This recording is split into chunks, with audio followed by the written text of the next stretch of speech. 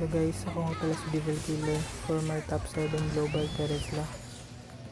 Ito nga pala yung item build natin, emblem set, at saka naka-revitalize yung battle spell natin guys. Current matches guys, 38, 81.6% winning rate. Solo rank lang yan guys. Tsaka dito guys, mag-cut tayo ng lane para advantage na natin yan guys. Tapos natin makat yung lane guys. Ganyan lang lukat yan guys. Ito, agawin natin yung buff ng kalaban guys.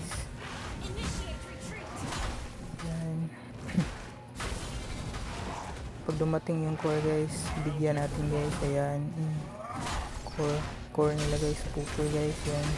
Hindi man lang nabawasan ng life ko dun guys. Ang lambot talaga ng kalaban guys. Ayan, high cut to guys. Tapos dala ulit sa kakampi guys. Ayan, bigyan natin yung mana guys.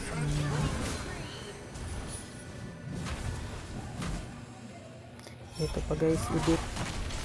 Puksain natin to guys. Ayan.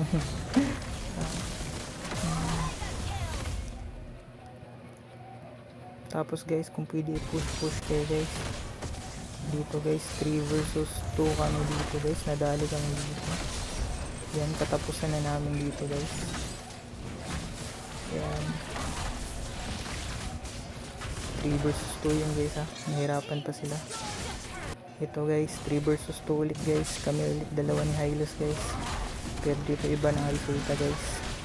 Positioning talaga guys. Nahuli ko kasi yung MM nila dito guys. Madali lang yung patayin guys. Pag teres lang ginagamit nyo. Dito nakuha kong tag-triple guys. Dito guys, dapat makahuli tayo ng marami pag nag-set tayo guys. At least yan, tatlo guys. Lalaman talaga kayo dyan. Pag teres lang makaset kayo ng maganda guys. Back muna guys. Yan. Dito guys, 3 versus 1. Natin nasama pa natin yung pupoy guys. Dito pa end na yung laro guys. Ayan, basag lang guys, basag. Pa life steal sa creeps guys.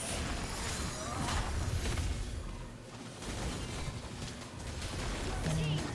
Dito guys, hulihin natin yung malalambot guys. Ayan. Katapusan na ng pupoy guys. Hindi na siya nakapalag. Dito try natin i-end guys. Ayan. Basic lang talaga mag-teresla guys. Pa-support naman ng page guys. Just like by liking or following. Victory!